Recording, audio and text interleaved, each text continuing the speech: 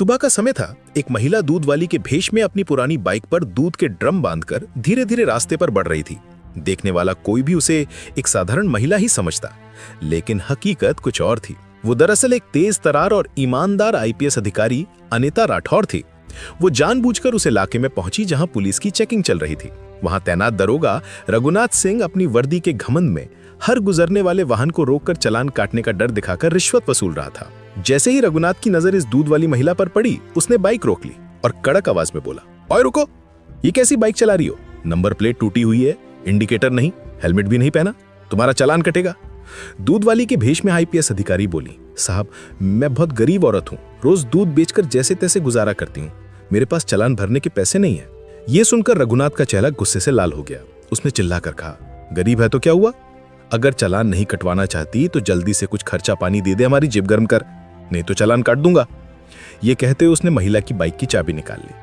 अनिता ने फिर गुजारिश की, साहब रहम कीजिए, मैं सचमुच गरीब हूं।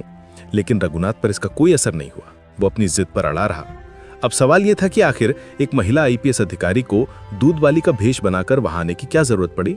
यह ऐसा कौन सा बड़ा कांड हुआ था जिसकी वजह से अनिता ने यह रूप धारण किया? और अब आगे जो होने वाला था वो भी बड़ा हैरत अंगेज था। ये कहानी शुरू होती है रोहित वर्मा नाम के युवक से, जो अपनी मां सावित्री देवी और पिता के साथ रहता था। रोहित एक फैक्ट्री में काम करता था, मेहनती और ईमानदार था। उसकी पूरी दुनिया उसके माता पिता ही थे। एक दिन अचानक उसकी मां की तबीयत बिगड़ गई। उनका चेहरा पीला पड़ गया और वो कमजोरी महसूस करने लगी। ये देखकर रोहित घबरा गया। वो तुरंत अपनी मां को डॉक्टर के पास ले गया। डॉक्टर ने गंभीर आवाज में कहा, तुम्हारी मां की हालत बिगड़ सकती है, तुरंत दवाइयां लेकर आओ वरना मुश्किल होगी। दवाइयां 5000 की थी और दूसरे शहर से मिलनी थी। रोहित अपनी बाइक पर बैठा और दवा लाने निकल पड़ा। उसकी बाइक सही थी, हेलमेट पहना था, सारे दस्तावेज पूरे थे। लेकिन रास्ते में दरोगा रघुनाथ सिंह ने हाथ दिखाकर उसे रोक लिया। रघुनाथ ने तीखी आवाज में कहा, तुम्हारी बाइक में दिक्कत है, चालान होगा। रोहित ने विनम्र स्वर में कहा, साहब मेरी बाइक में कोई दिक्कत नहीं, सारे कागज हैं, आप देख लीजिए।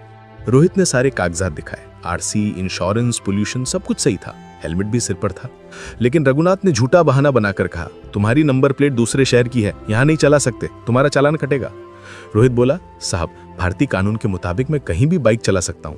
लेकिन रघुनाथ ने अनसुना कर दिया और बोला, अगर आगे जाना है तो 2000 रुपए दो वरना चालान होगा। रोहित ने हाथ जोड़ते हुए कहा, साहब मेरी माँ अस्पताल में है, उनकी जान खतरे में है, मुझे जाने दीजिए। लेकिन रघुनाथ ने कहा, सबको माँ याद आती है जब पैसे देने होते हैं, जल्दी दो वरना 10,000 का चालान काट दूंगा। और उसने सच में फर्जी चालान काट दिया। रोहित का दिल टूट गया, लेकिन उसने दवाइयां लाने का निश्चय किया। वो वहां से निकला, दूसरे शहर पहुंचा, दवाइयां खरीदी और मां को दी। धीरे धीरे मां की हालत सुधरी। जब रोहित ने मां को पूरी घटना बताई तो सावित्री देवी ने कहा, बेटा ये